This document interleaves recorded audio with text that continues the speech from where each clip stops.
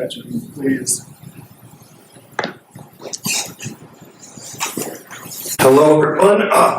My name's Patrick. I'm born and raised in the 54901, as I like to say it. On this side of, this side of Oshkosh. So,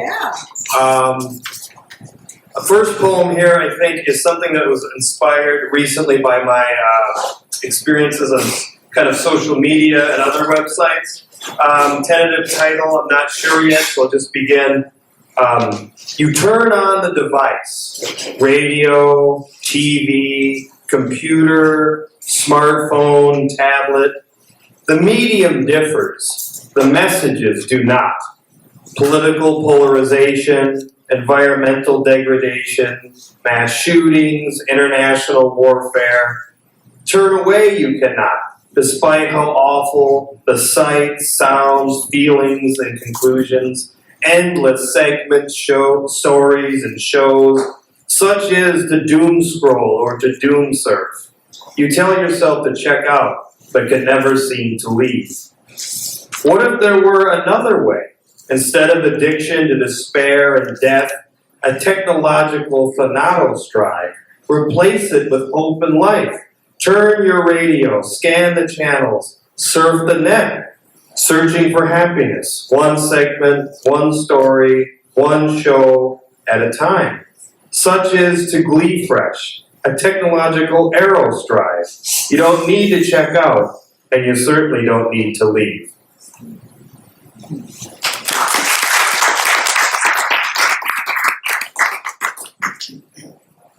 My next poem was, I also attended one of Tom's workshops last year. The subject of the workshop was to create a poem based on a color. And for kind of the fantasy work that I'm working on, purple is very important. So this is entitled simply Purple. Purple is majesty, preemptive action, sweeping reaction, defying faction, correctness gaining traction. Purple is rule through famine or feast, across west and east, of greatest and least, of man, plant, and beast. Purple is ruler, chosen for life, facing problems rife, avoiding killer's knife, defined by strife. Who will don the color? The existence maulers who cast all into squalor, the conservation scholars who are preservation brawlers, through pages of thick tome, read to discover, read to uncover, the possessor of purple and throne.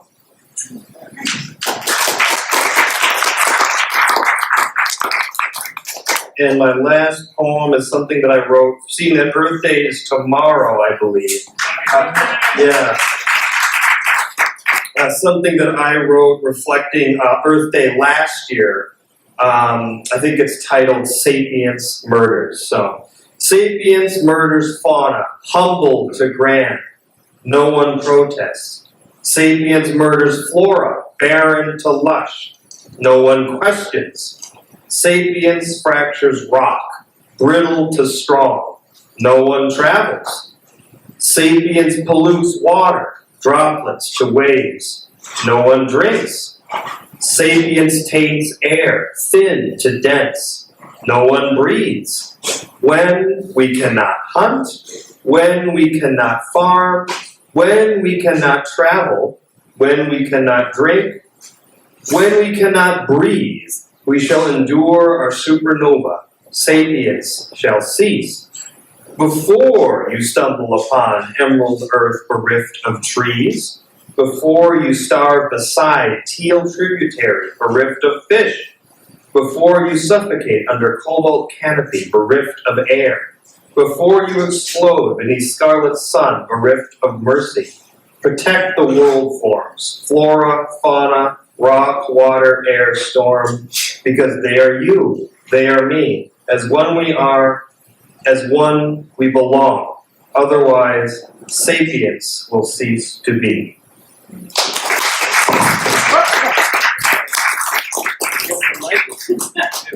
Maybe I should have said more than $10 on the screen. I applaud you just for spraying. Hey, Glory is up next. Welcome, Glory. Come on up. Thanks for joining us tonight.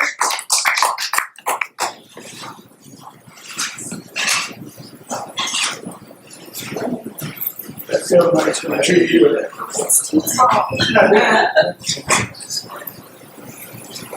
Perfect. Can you hear me? All the way back there? All right, good. Howdy, y'all. My name's Glory. I've got 2 poems for you today. I'm going to start with a shorter one, and this one is called What Heart Have I? Is not the sour fruit most loved by those with prickly tongues, souls made not for honey but for wine? Is not the sharp bramble most loved by those in motion, keen eyes made not for sleep but for action?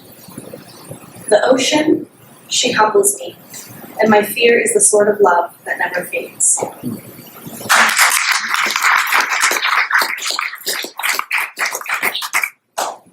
So this poem, I want to give a quick content warning for a little bit of gore and just a little preamble. This was inspired by the famous Ophelia painting that is a pre-Raphaelite, if you know that one.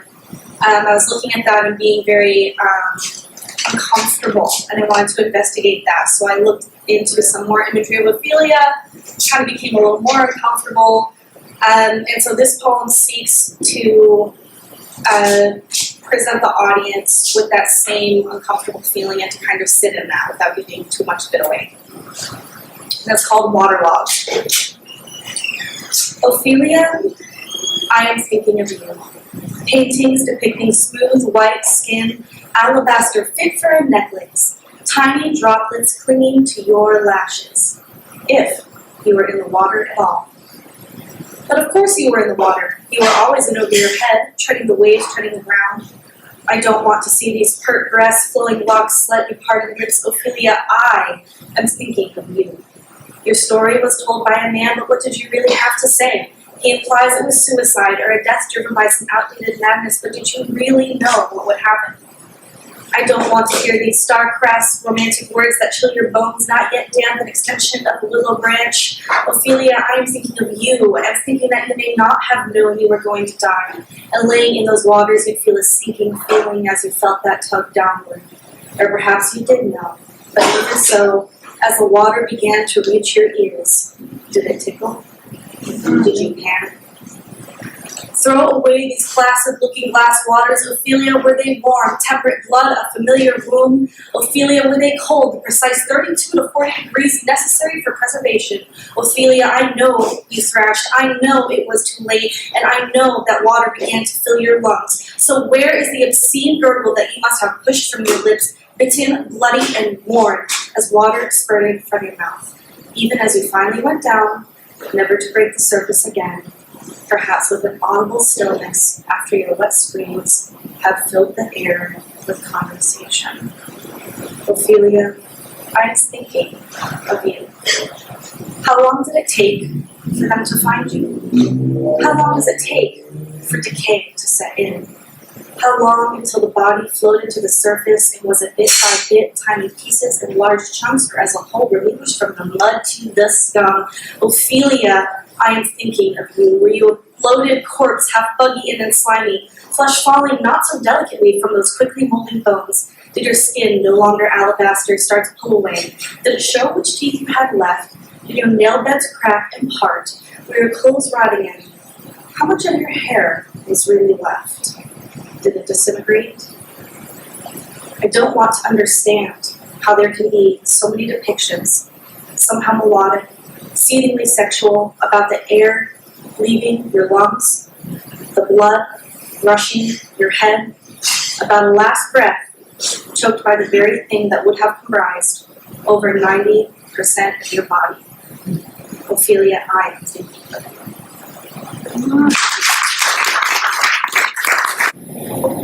I'm going to try my best here. It's my first ever spoken word.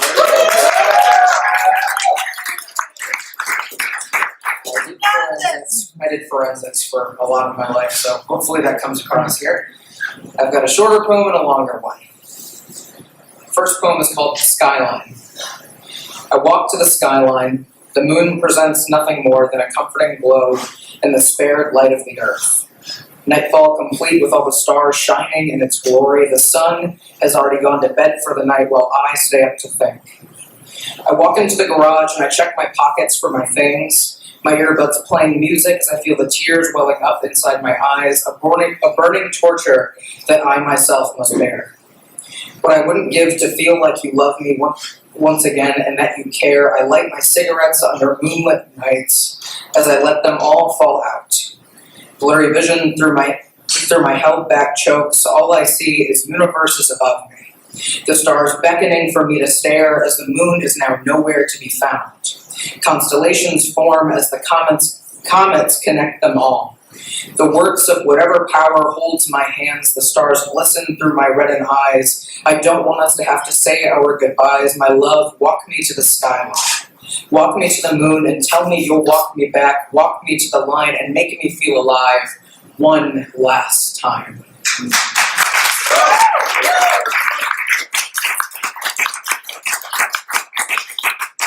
And this next one, I guess we're sticking with the theme of birds here. This one's called The Raven.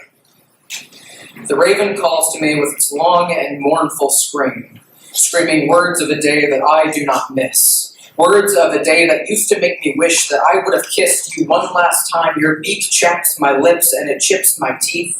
Your words fill me with happiness, but the meaning of them gives me nothing but grief.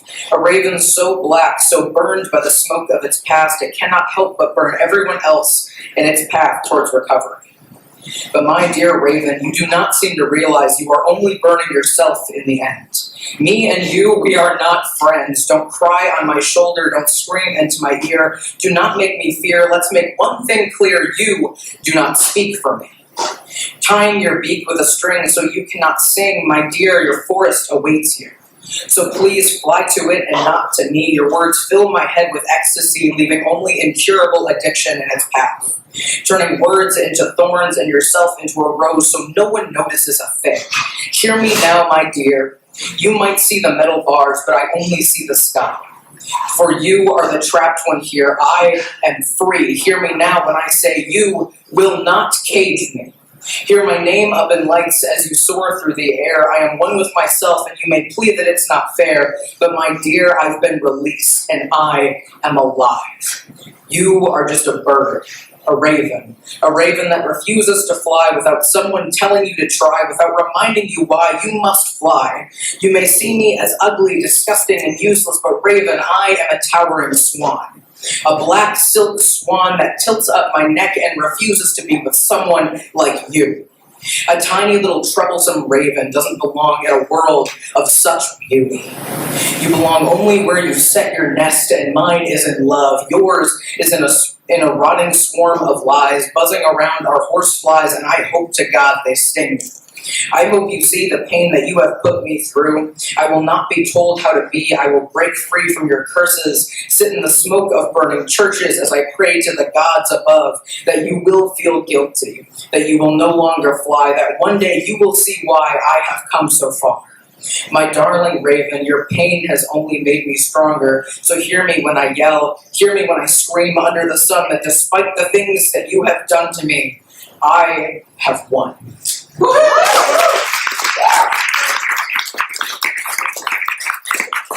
Maddie is next. That was too good to be your first time. Holy cows. Well, that's going to be a tough act to follow. I'm Maddie, and this is also, I'm not a writer by trade, and this is the first time I've ever done anything like this.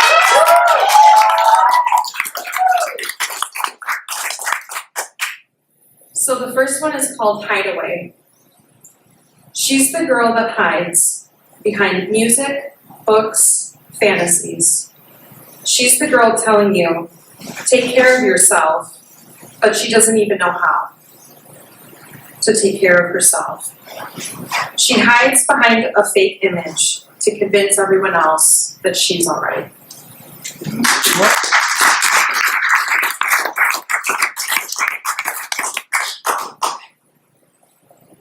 This one says, I feel like the ocean waves reaching for the shore. They continue to reach No matter how many times they crash, no matter how many times they fall, but they never reach what they're looking for.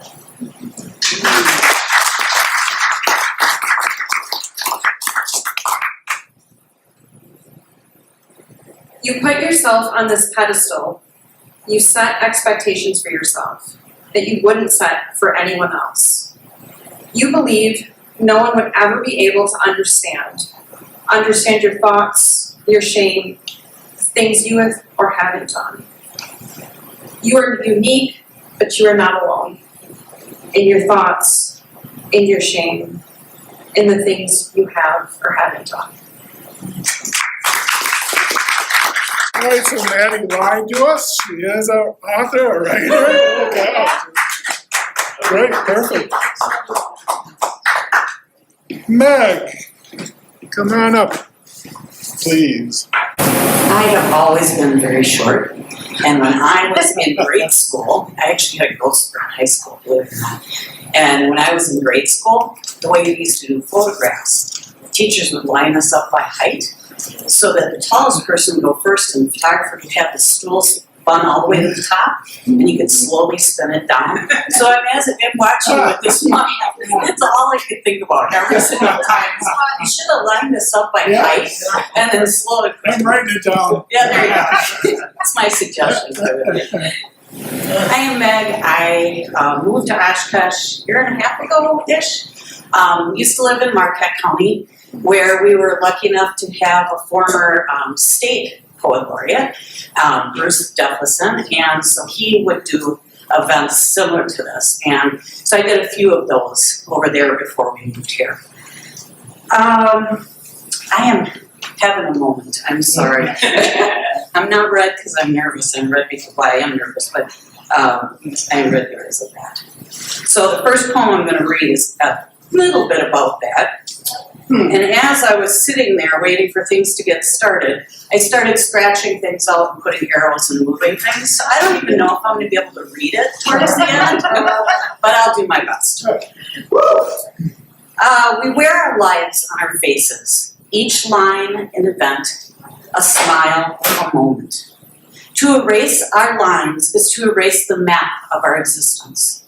To eliminate our gray is to eliminate our struggles. We blink and the years passed, our bodies in constant state of change. We go to bed young and wake up old.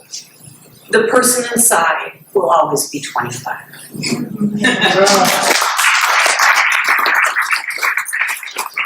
I had one of those big birthdays this year, so. 40? There you go. This next one is a poem that I wrote about my husband's childhood. Jack was a black lab who grew up with my husband's family. The stories of Jack are beyond belief. According to my husband, Jack was a superhero. Jack would retrieve all ducks in a single bound. Jack would carry groceries weighing more pounds than he did. With just his team, Jack would become a gate that would save small children from tumbling down the stairs. Whether or not these stories of Jack are true, Jack was indeed a special dog, and Jack was a superhero. Jack's special powers were not retrieving or saving small children. Instead, what Jack did was to take 5 prepubescent boys and teach them about love. Jack evoked tenderness in these boys at a time when the important things in their lives seemed to be all about climbing trees, throwing rocks, and terrorizing each other. Jack taught them to nurture and care for another being. Jack prepared those boys to be the husbands, fathers, and caregivers that they would someday become. Jack was a special dog, and Jack's superpower was teaching love.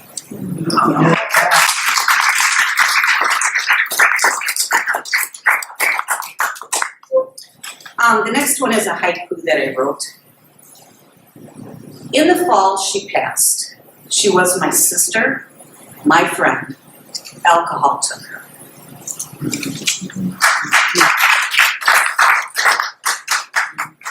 I have one more if I can find it. There. I'm doing a lot of family poems today. This poem is about my oldest son. How old are you going to be? I am going to be twins. No, how many fingers will you be? 2, 3. I want to be twins. My brothers are twins, and it's something grand. Everyone looks at them. Everyone talks to them. I'm sitting right here. I'm a really good boy. Nobody notices me. I guess I'm no longer here.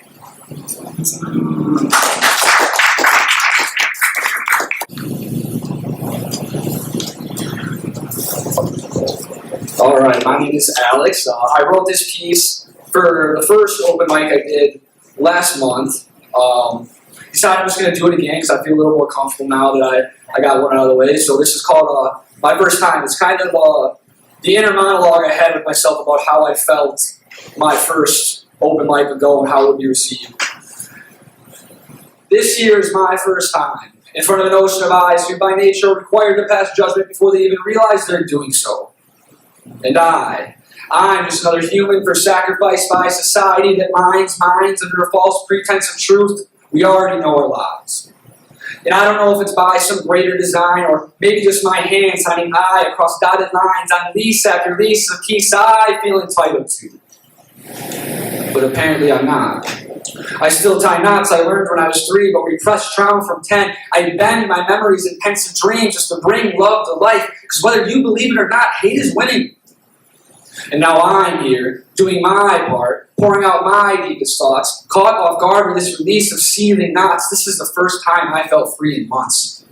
I've been locked behind doors that I've opened before, but for some fucking reason, today I cannot. But then I start to wonder if I stop feeling sorry for me, will you or you finally see that I'm trying my best to be the best me I've conceived? This perception of how lessons are presented just doesn't stay cemented. And then I shake my head in clear space, it all pours from my face, and the canvas I've created becomes a muddled mistake.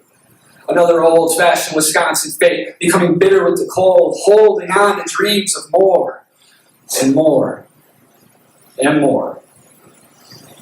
But before I ramble on, let me regain pace. I'm sprinting marathons once again, just trying to save face, because even the smallest validation of the words I say now that I wanted to erase relate to one person who shares the same puzzle I call brain. I just can't tame these thoughts.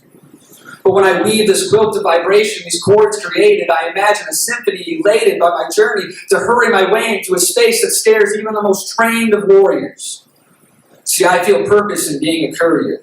I can't print my feelings on paper, but when I scribe cursive, I regurgitate emotion the only way I feel worth it. I feel like a turncoat to anxiety. My mind says I'm weak to feel joy from speaking in ironies. My ironclad armor I refuse to release. Keeps me safe from the thieves. But I'm the true enemy. But I guess time tells all, and with that I sound off, calling out in my heart for a round of applause. But if silence is all that follows, I just assume the words are gone. That's the cost of doing business in the era of the lost.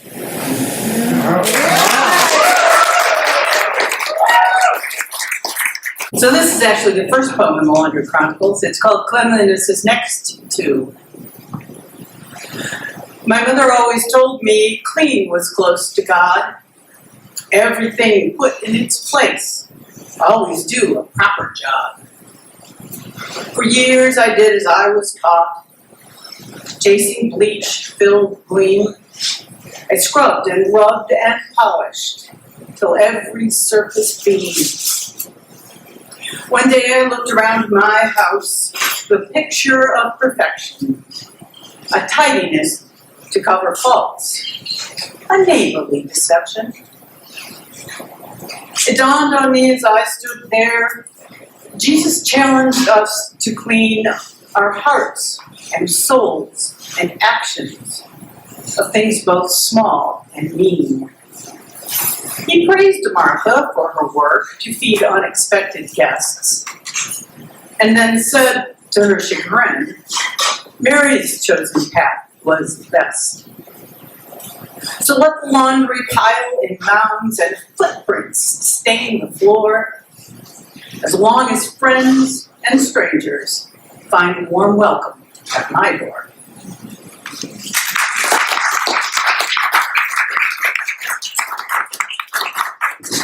This is actually the first poem I wrote in response to laundry. And I started with a line that has plagued me for my entire adult life. Laundry is forever. It really doesn't matter how often you do the laundry, you're wearing dirty laundry. So you're already behind. So this is actually called Requiescat in Oblivione. Rest in oblivion. Laundry is forever.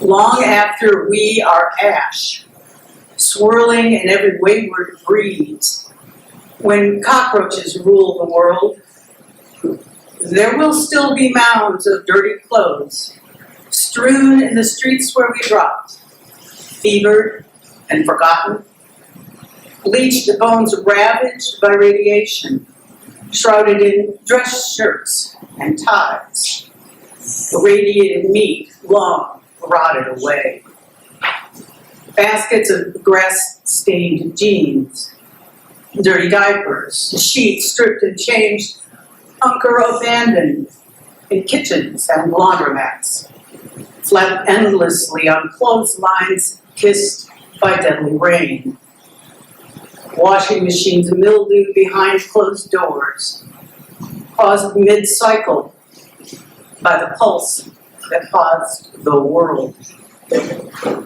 Dryers toward the hope of tomorrow, now blasted into oblivion by an agony of atomic wrath, forever rupturing our now. Moldering rags become our not-so-eternal cenotaph. And as I mentioned, I was practicing different types of poetry. One of them used to be making a picture with your words. Oh, nice.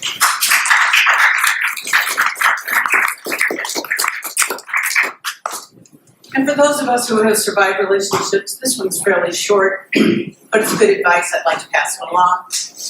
It's called Try Before You Buy. 2 things challenge every relationship, or maybe 3.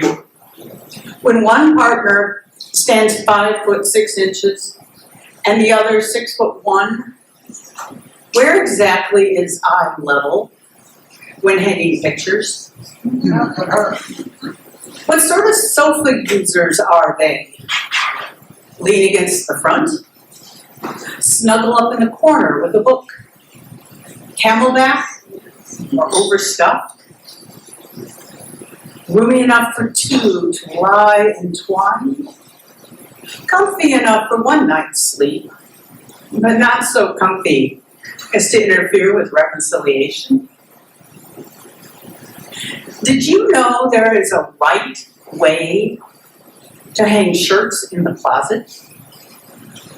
Facing them in a row of clean laundry, all looking parade left or parade right. Soldiers in a line preparing for the battle of business to come. Is allowing laundry to rest overnight in its basket a sin? No need to concern yourself about children and money and such. These things happen when they do. Adults work together to make happiness where life lands them.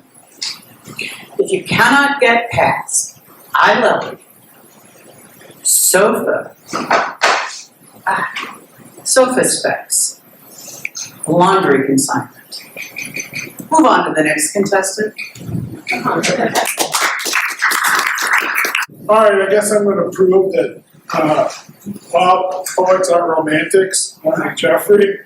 I told my wife I'd read a love poem tonight, and, I was just get distracted.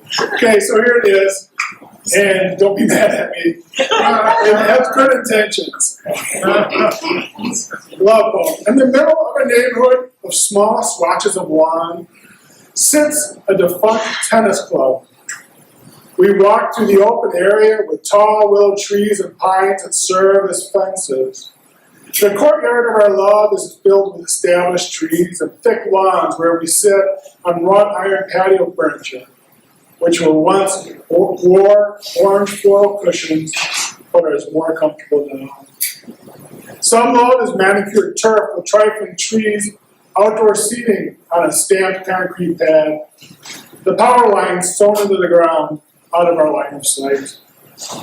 Too much love is creeping Charlie patches with leaning fences in a bad neighborhood. Beside the garage is someone else's flower pots and broken aluminum chairs that never got thrown away. Someone means to design an urban garden or move, but do neither. We stand under our large oak tree. We've cleared the twigs with our hands and made our estate.